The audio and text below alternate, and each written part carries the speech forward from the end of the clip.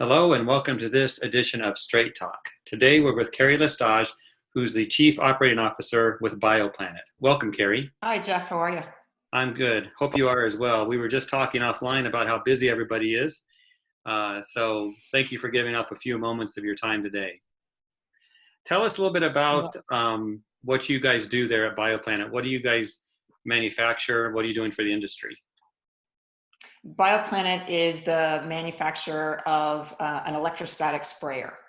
And what that means is that we are able to disperse disinfectants probably the most efficiently than any other type of delivery system that is out there.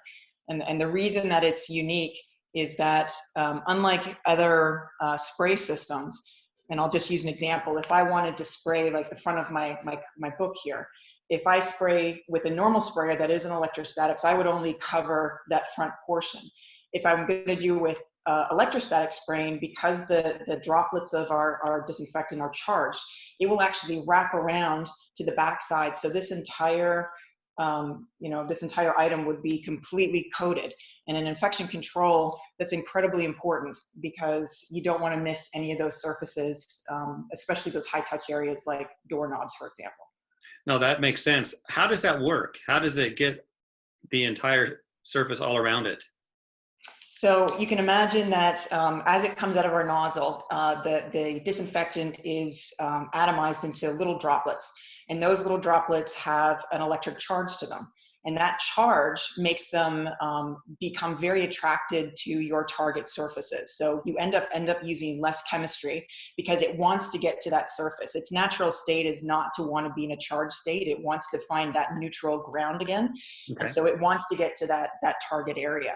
And the other benefit is that because all of our droplets are the same charge, they don't want to be close to one another. And so they have a tendency to stay apart.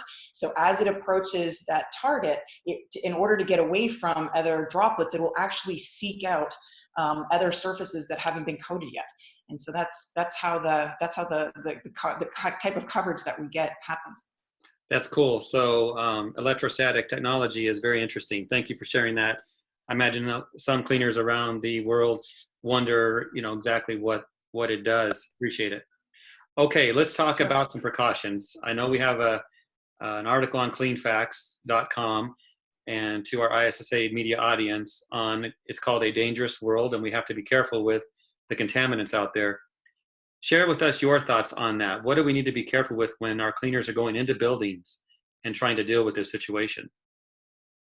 So one thing I think we have to make sure that people understand is that this is not status quo. These are not typical cleaning jobs. And it requires, first and foremost, specialized training to make sure that they understand the risks that they're putting themselves in and how to protect themselves, not only for their customers' sake, but for their own and their family's sake. When you are a cleaning person that is given this the task of disinfecting an environment that has COVID-19, for example, you want to make sure that you've got the right protective equipment to protect yourself, and you have the right tools to do the job properly, so that your clients, when they re-enter that space, there's no risk of infection for them. Good information. Thank you. Okay, maybe one final question. Obviously, everyone knows that equipment and products are in demand right now, and many companies are sold out, probably yours as well, with equipment. But what can people do? What can cleaners do if they can't get electrostatic equipment, which is the technology it seems like they need to coat all surfaces as they're doing their work? Or should they not do the work? I think this time. Go ahead. Well, I think it depends. I think it depends on whether or not they've got the proper training. So one of the the opportunities that we've got during this time is to bring up our training and certification level. And one of the best ways that you can do that is ISSA has an organization under their umbrella called the Global Biorisk Advisory Council, or GBAC. And they've got just a fantastic training program that will help teach cleaners how to clean and disinfect when you've got an infectious agent in there. And if you are in a situation where you don't have that current training, this is a really great opportunity to take advantage of that program.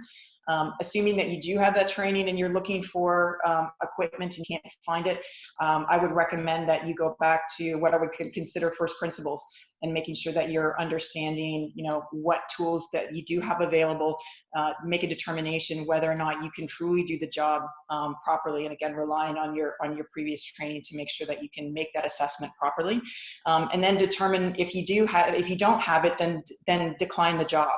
At this stage, I think people's safety, not only your own safety, but also the safety of your customers, has got to be paramount over making profit. Absolutely. Appreciate that advice. What you mentioned as far as training opportunities with GBAC, all of that can be found on the gbac.org website or issa.com. Thank you, Keri, for your time today. Correct. Thank you so much. Appreciate it.